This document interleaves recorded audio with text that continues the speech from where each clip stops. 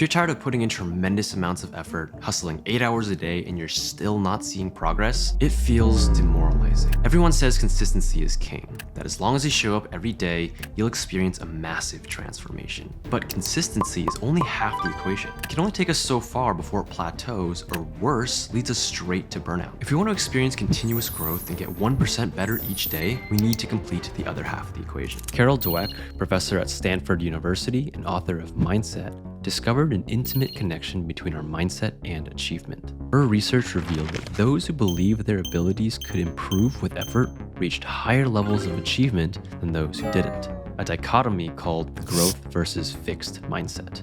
Those who possess a growth mindset are consistent.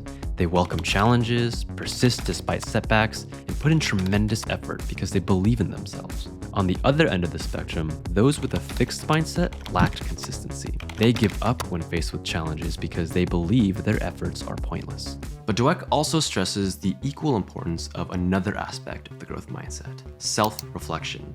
Our ability to learn not only from our past failures and criticisms, but also from the failures of others. Because what good is facing Gannon the 100th time if you don't try anything different? What good is retaking a failed exam over and over if you don't self-reflect on the mistakes that you made? Self-reflection is the missing half of the equation to experience real growth. So I want to share my process for self-reflection. It's a 3-part cycle, CCC, and it's worked amazing for me. The first step I call collect. We need to collect data from each experience so that we have information to self-reflect on. Back in my pre-med days, when I had pretty poor study habits, I would grind for 8 to 10 hours a day for weeks. Some exams I do well with, but some I'd completely tank. And when it was time to ask why I got that score, I was left scratching my head because I didn't have any data to go off of. I didn't collect any information during exam prep, so how was I supposed to know what to change? If we want to improve our lives, we need to collect data about our process and the experiences we had. So for me in med school, this included everything from study sessions to clinical rounds. And each of those experiences, I'd collect data.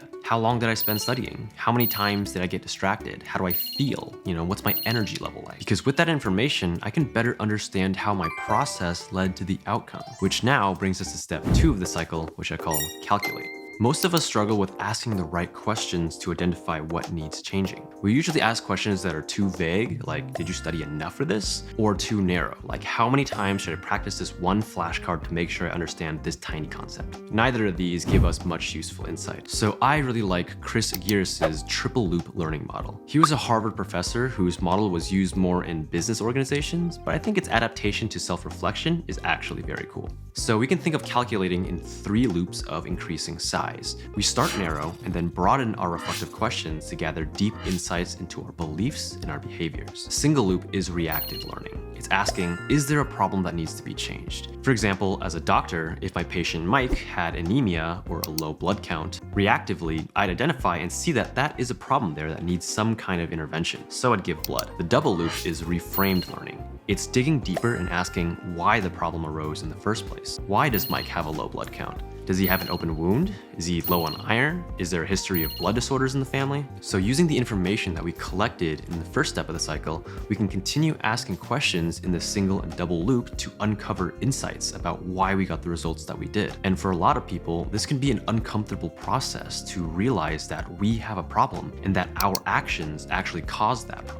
The third loop is transformative learning. Now that we've identified the possible explanations to the problem, we now have to ask ourselves, why does this problem need fixing?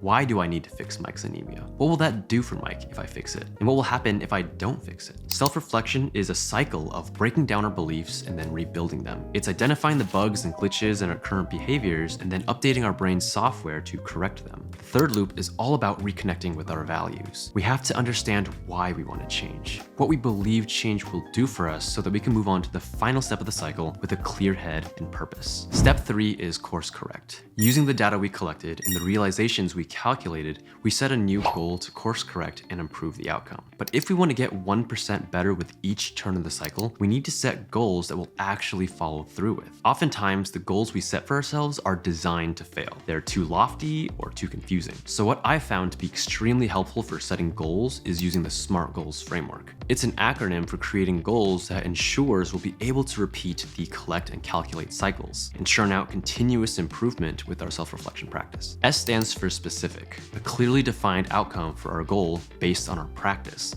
For example, doing 30 practice questions each day. M stands for measurable. We want to be able to collect data from our practice, like how many questions we got right versus wrong, or how long we studied for. A stands for achievable. We want to choose a target that's not out of reach, so choosing 30 practice problems is much more achievable than, say, 300. R stands for relevant. We want to make sure the goal aligns with our values and our beliefs, that third loop of learning. I want to do practice problems so I can do well on my exams and apply to medical school because I want to become a doctor. And T stands for time bound. We want to provide an ETA to create a sense of urgency into our schedule so that we can stay focused. And now the self-reflection cycle repeats. We execute on our goals during our next study session or work experience. We collect new data, calculate to gather new insights, and then course correct again to improve our process. As long as the cycle keeps turning, we'll keep getting 1% better every day. I think Carol Dweck said it best herself. Unproductive effort is never a good thing. So don't let your consistency and motivation go to waste without self-reflection.